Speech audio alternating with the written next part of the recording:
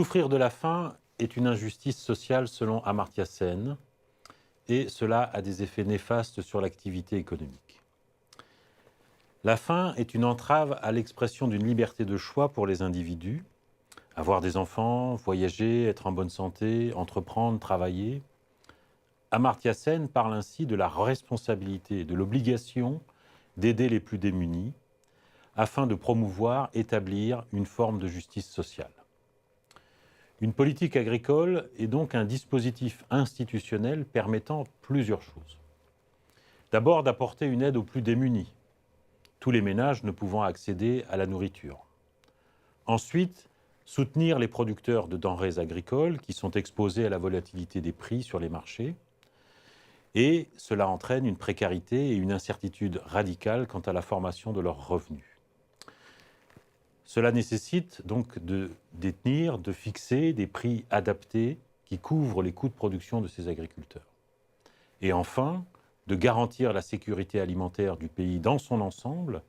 Et c'est une problématique qui est redevenue fondamentale depuis la crise de 2008-2009, notamment dans les pays en développement.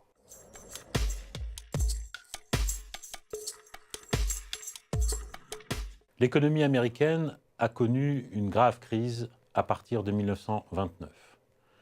Toutes les dimensions du capitalisme américain ont été touchées, concernées gravement par cette grande crise. En particulier, dans le monde rural, il y a eu des cas de malnutrition, un appauvrissement généralisé. Dans les villes, des manifestations pour exiger que les pouvoirs publics luttent contre la faim. Cette grande dépression des années 30, qui a été longue, a exercé deux effets fondamentaux. Un effondrement des prix à la production, nécessitant des mesures de régulation des marchés, un contrôle de l'offre pour enrayer la surproduction agricole. Le second effet de cette grande crise, et il est important, fut un appauvrissement de la population agricole, rurale, avec dans certains États des carences alimentaires et des cas de malnutrition chez les enfants, entraînant des entraves à l'éducation, à la santé, tout ce que Amartya Sen a qualifié de capabilité. Ces conséquences furent particulièrement bien décrites par John Steinbeck dans son célèbre roman « Les raisins de la colère ».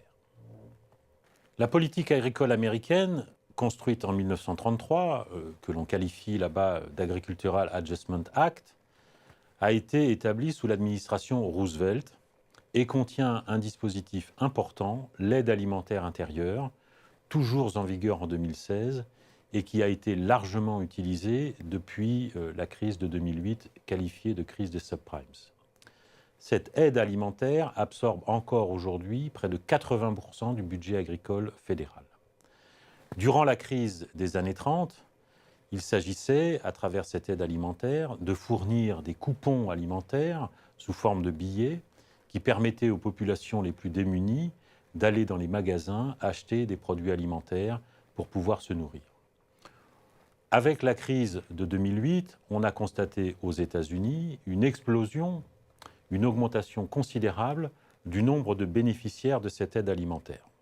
On est passé, au moment de la crise, d'environ 29-30 millions à aujourd'hui 45 millions d'Américains qui bénéficient de cette aide alimentaire. Parmi les principaux bénéficiaires de cette aide alimentaire, on trouve des femmes seules avec enfants, des chômeurs, des immigrés en situation régulière sans emploi, mais d'autres catégories de la population sont exclues, les immigrés en situation irrégulière ou les étudiants. Une politique agricole menée dans un pays, en l'occurrence les États-Unis, par un gouvernement, est donc en mesure de fournir des biens alimentaires aux plus démunis et exercer ainsi une fonction sociale positive. Elle est réductrice d'injustice et restaure les possibilités de vivre ce que Amartya Sen appelait les capabilités, rendant ainsi les individus plus aptes à vivre le type de vie qu'ils ont des motifs de valoriser.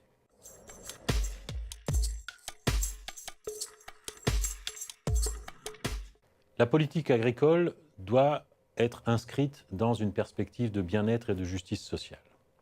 L'expérience américaine de politique agricole contraste de ce point de vue fondamentalement avec l'épisode connu par Amartya Sen en 1943 en Inde, où la famine a entraîné 1 million de morts.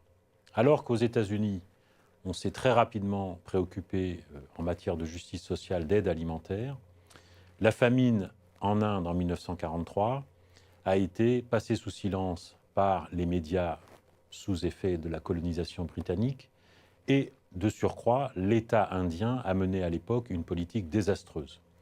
Restriction des flux commerciaux entre les régions et surtout absence d'aide alimentaire.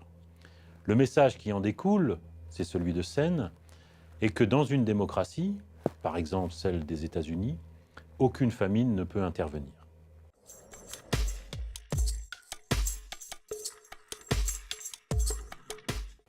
La politique agricole menée dans un pays permet de montrer en quoi le concept de capacité trouve des applications concrètes. Cette vision du bien ou du bonheur ou de la justice propre à Amartya Sen permet donc d'avoir une ouverture sur les pratiques de politique publique en matière d'agriculture et d'alimentation. Pourtant, la politique ne va pas forcément de soi. Elle peut certes conduire au bien-être et à la justice sociale, mais elle n'échappe pas pour autant aux tensions, aux critiques qui lui sont adressées. Les opposants à toute forme d'intervention de l'État dans les mécanismes économiques, et particulièrement sur les marchés agricoles, ont été et restent nombreux et offensifs. Par exemple, la position de l'Union européenne qui réforme et démantèle sa politique agricole commune depuis 1992 a exclu en 2013 son dispositif d'aide alimentaire de la politique agricole commune, au motif que plus aucun risque de famine n'existe aujourd'hui en Europe. Pourtant, le secteur agricole demeure un secteur clé pour de nombreux pays, notamment vu sous l'angle de l'autosuffisance alimentaire. La mondialisation a ainsi pu montrer en quoi l'agriculture et l'alimentation étaient des foyers de tensions géoéconomiques et géopolitiques. Ensuite, les rivalités commerciales qui sous-tendent les politiques agricoles, notamment dans le cadre des négociations à l'Organisation mondiale du commerce, l'hyper-concurrence qui s'est développée depuis quelques années pour que les pays puissent capter des parts de marché sur les marchés agricoles et alimentaires, peuvent porter préjudice à la logique première d'une politique agricole, assurer les ressources alimentaires pour la population. Une politique agricole peut donc être vue comme un dispositif permettant de conquérir des parts de marché plutôt que de prémunir les producteurs contre la volatilité des prix et surtout plutôt que de prémunir les ménages contre le risque de sous-alimentation.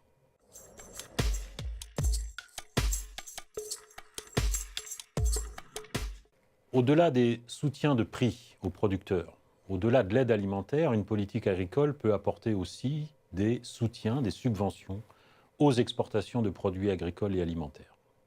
De ce point de vue, elle est porteuse d'un risque de destruction des capacités dans un autre pays qui ne peut pratiquer, faute de moyens budgétaires, ce type de politique agricole. Et par le truchement de l'échange international, un pays exerçant une politique agricole, versant des subventions aux exportateurs, peut exercer une pression concurrentielle insoutenable pour les producteurs locaux dans des pays qui ne pratiquent pas de politique agricole. Nous pouvons méditer ce que disait Ferdinando Galliani au XVIIIe siècle dans son dialogue sur le commerce des blés. Selon lui, le blé peut être regardé comme une production du sol, et sous cette vue, il appartient au commerce et à la législation économique. Ensuite, il doit en même temps être regardé comme la matière de première nécessité et le premier soin dans l'ordre civil des sociétés, et sous ce point de vue, il appartient à la politique et à la raison d'État. Comment peut-on interpréter cette citation de Galliani ? Elle est importante car elle explique que un bien agricole, un bien alimentaire n'est pas simplement un bien marchand. Dans la mesure où il s'agit de nourrir une population, et dans la perspective d'Amartya Sen d'avoir une certaine idée de la justice sociale, elle appartient aussi à la raison d'État, c'est-à-dire que l'État, les pouvoirs publics, ont nécessité, obligation, d'apporter un soin particulier à ce que la population puisse accéder à l'alimentation et vivre dignement et correctement. Aujourd'hui, d'un point de vue international, au regard de l'évolution démographique de l'urbanisation, de l'élévation des niveaux de vie, des contraintes diverses et variées qui font pression sur les systèmes agricoles, le stress hydrique, les aléas climatiques, on voit bien que l'agriculture et l'alimentation sont inscrites à l'agenda géostratégique international. Dans les années à venir, la FAO s'inquiète évidemment, à partir de tous ces facteurs, des tensions pouvant survenir autour des matières premières agricoles et des produits alimentaires. Il y a donc bien nécessité pour l'ensemble de la communauté internationale de se pencher sur l'extraordinaire importance de l'agriculture et de l'alimentation.